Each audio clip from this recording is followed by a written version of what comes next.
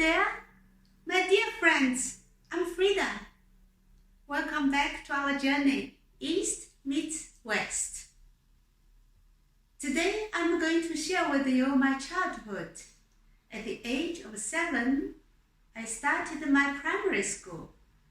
Besides learning writing and reading, we learned more about loyalty, resilience, and discipline through the military drills.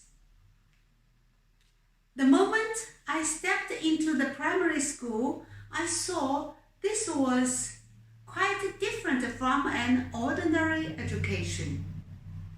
This was during the period of cultural movement, a time when our school, like many others, underwent a significant transformation.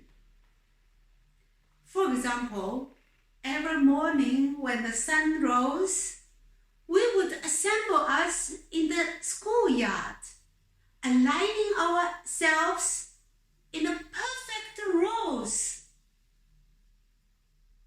Our teacher, to be more precise, our military drill instructor, would walk down the lines with his eyes inspecting our formation. Then he said firmly and loudly, "Today, you march not only for yourself, you march for our great leader, our Communist Party, and for our great nation." This was a daily reminder of loyalty and devotion which we were expected to embody. The march was extremely tough. We were required to march for hours with our heavy backpack, which symbolized the weight of our responsibility towards the nation and towards the great leader. Our feet pounded ground in unison, creating a rhythm which echoed the heartbeat of collective spirit.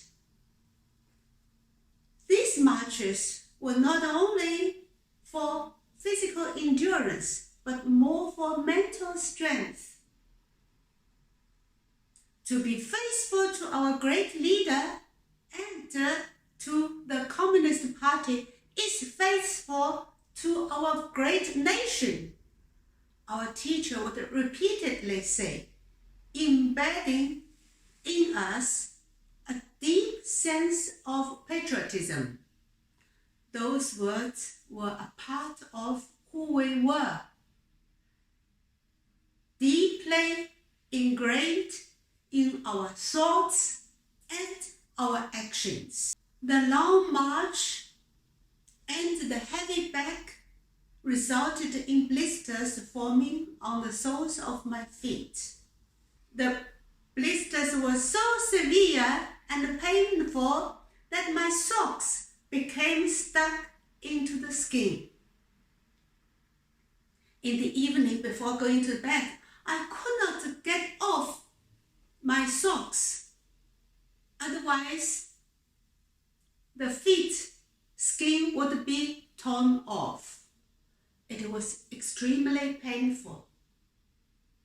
I had no choice, but had to sleep with the blood-soaked socks on.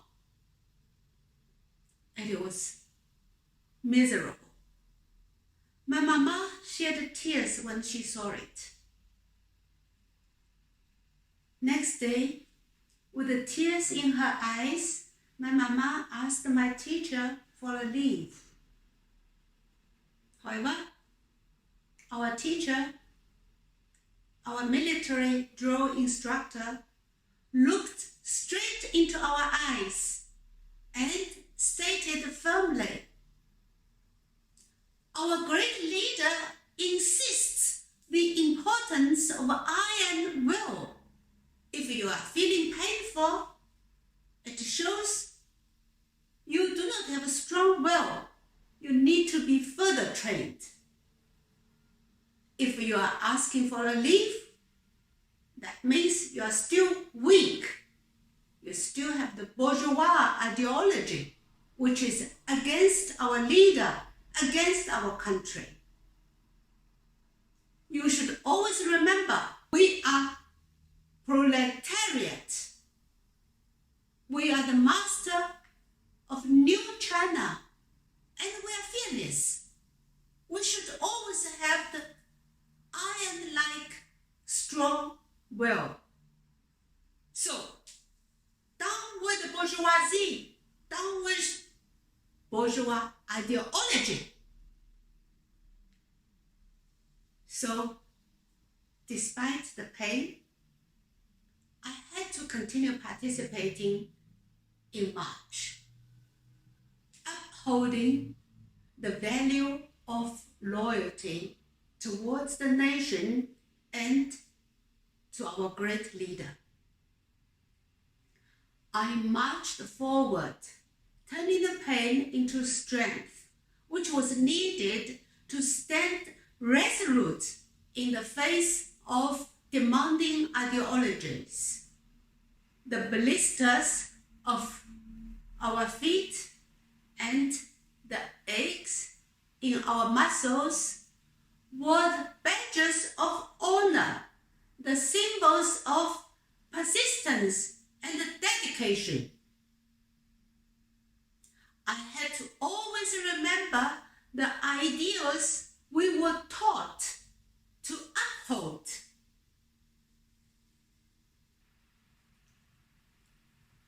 Yeah, my dear friends, it was a part of a journey which forged my iron will, resilience, and discipline.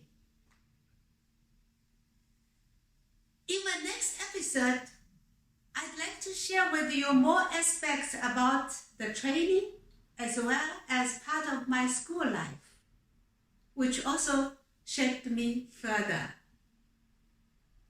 So, stay with me, like, share, and subscribe.